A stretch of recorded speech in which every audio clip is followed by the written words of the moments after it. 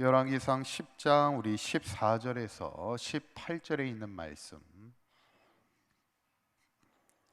우리 한 절씩 교독하고 마지막 절만 함께 읽도록 합니다. 솔로몬의 세입금의 무게가 금 666 달란트요,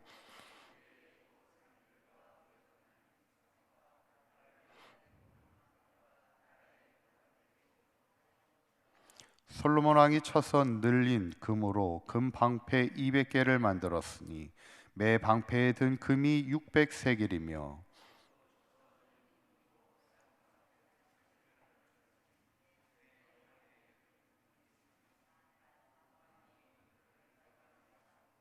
함께 있습니다. 왕이 또 상하로 큰 보좌를 만들고 정금으로 입혔으니. 아멘. 할렐루야.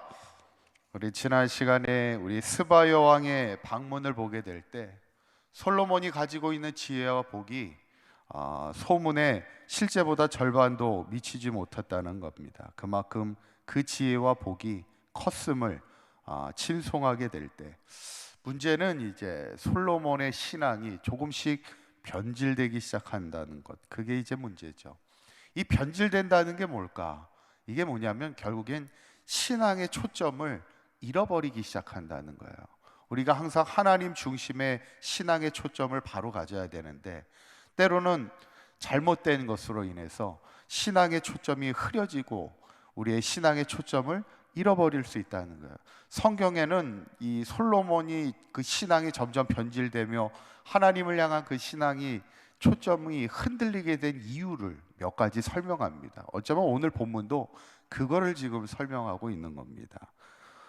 오늘 첫 번째 그 솔로몬의 신앙이 변질된 그 신앙의 초점을 잃어버리게 되는 가장 큰 이유 중에 하나가 지나친 솔로몬의 부귀와, 오늘 제목에도 마찬가지로 솔로몬의 너무 많은 부귀와 영화 때문이라는 것을 보게 됩니다. 오늘 본문 14절에 보면 솔로몬의 세입금의 무게가 금 666 달란트라 이렇게 나옵니다. 뭐가 666 달란트예요? 세입금이. 이 세입금이라는 게 뭐냐면 세금입니다. 쉽게 말하면 1년에 걷어들이는 세금이 어마어마했어요. 왜냐하면 워낙 솔로몬이 그 무역에 능했습니다. 지혜가 많았던 왕이었기 때문에 다른 나라와의 이 무역에서 통해서 걷어들이는 세금이 많았어요. 그러다 보니까 나라 안에서도의 세금도 많았고 다른 나라 사람들을 통해서 받는 그런 조공도 많았는데, 그 양이 금 666 달란트. 이 달란트라는 거는 일종의 무게를 재는 단위인데 약 몇 킬로 정도 되냐면, 한 계산하기 편하게 하면 한 30킬로 정도 됩니다. 그러니까 금 1달란트가요 금 30킬로 정도 되는 거예요. 그러니까 우리가 신약 성경에 보면 뭐 2달란트 맡은 사람, 뭐 5달란트 맡은 사람, 이 얘기 하잖아요. 한 달란트. 그 얘기가 뭐냐면 사실은 그 한 달란트가요 큰 양입니다. 절대 적은 양이 아니에요. 보통 우리가 금을 얘기할 때는 한 돈, 두 돈 얘기하잖아요. 한 돈이래 봐야 몇 그램이에요? 금 한 돈이 그 3.75g인가 밖에 안 됩니다.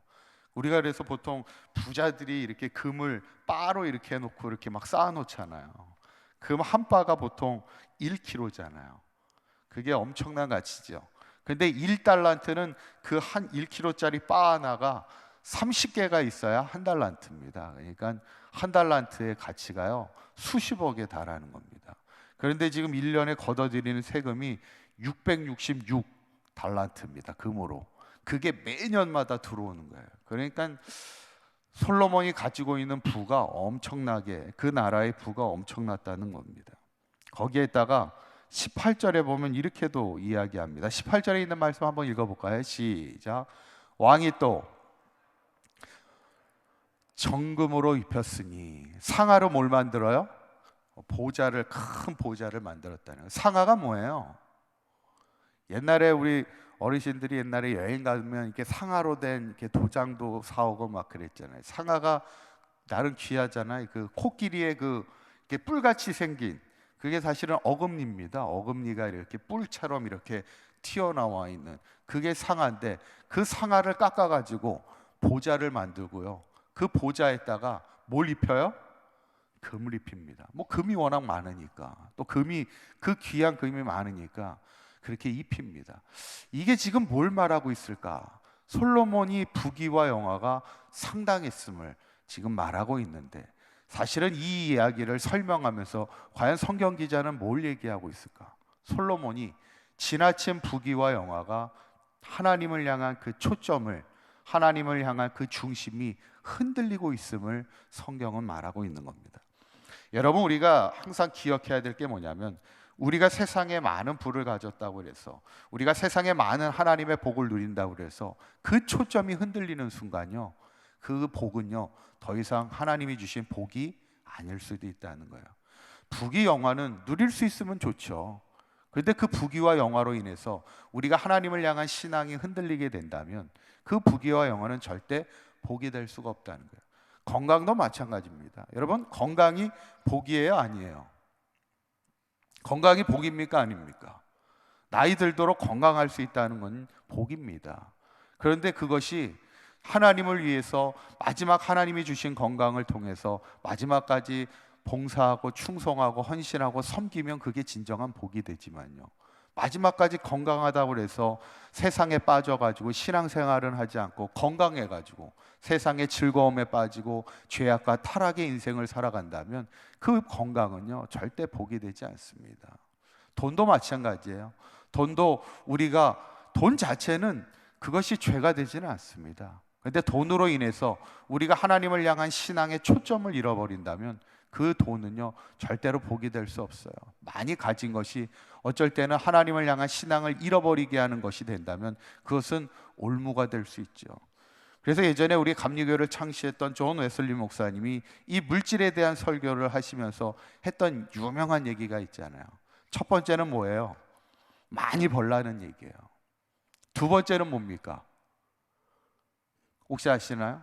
이 물질에 대한 이야기하면서 이 물질이 상당히 중요합니다. 왜냐하면 자칫 우리가 하나님을 향한 신앙의 초점을 잃어버리게 하는 게 이 바로 이 물질의 문제예요. 두 번째는 뭐냐면, 첫 번째가 많이 버는 거고 두 번째는 많이 저축하십시오, 이렇게 얘기합니다. 근데 세 번째는 뭐예요? 주님의 영광을 위하여 열심히 사용하라는 거예요. 이 말은 결국 뭐냐면, 이 물질이 하나님이 우리에게 주신 그 목적을 잃어버리지 말라는 거예요. 하나님을 향한 초점을 절대로 잃어버리지 말라는 거예요. 이 초점을 잃어버리는 순간 하나님이 주신 복이 더 이상 복이 아닐 수도 있다는 거예요. 하나님이 솔로몬에게 부귀와 영화를 주셨잖아요. 하나님이 솔로몬에게 부귀와 영화를 줬는데 이거를 누리면서 하나님을 향한 초점을 잃어버리지 말아야 되는데, 이게 점점점 초점을 잃어버리는 인생을 솔로몬이 살게 되면서 그가 변질되기 시작하는 것을 보게 되죠. 저는 바라기는 우리 사강교회 모든 성도님들이 신앙으로 살면서 항상 우리가 기억해야 될 게 뭐냐면, 하나님을 향한 신앙의 초점을 잃어버리지 말라는 거예요.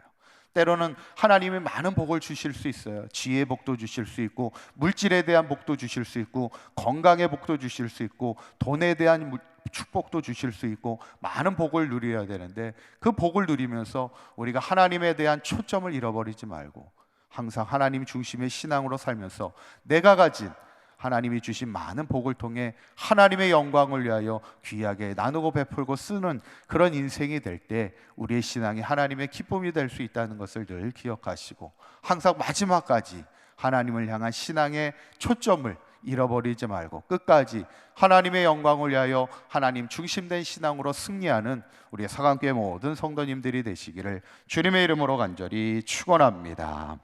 기도하겠습니다.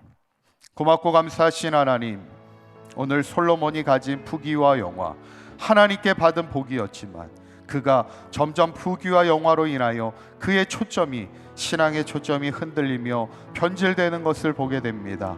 하나님께서 우리에게 주신 많은 복이 있는데 우리가 한평생 그것을 가지고 하나님의 영광을 위하여 사용할 수 있는 믿음의 아름다운 삶이 되게 하여 주셔서 하나님을 향한 신앙의 중심 잃어버리지 않게 하시고, 하나님을 향한 신앙의 초점 잃어버리지 않고 마지막까지 겸손히 하나님 영광을 위하여 하나님 중심된 믿음의 삶으로 승리하며 살아갈 수 있는 우리 사강교회 모든 성도들 되게 하여 주시옵소서.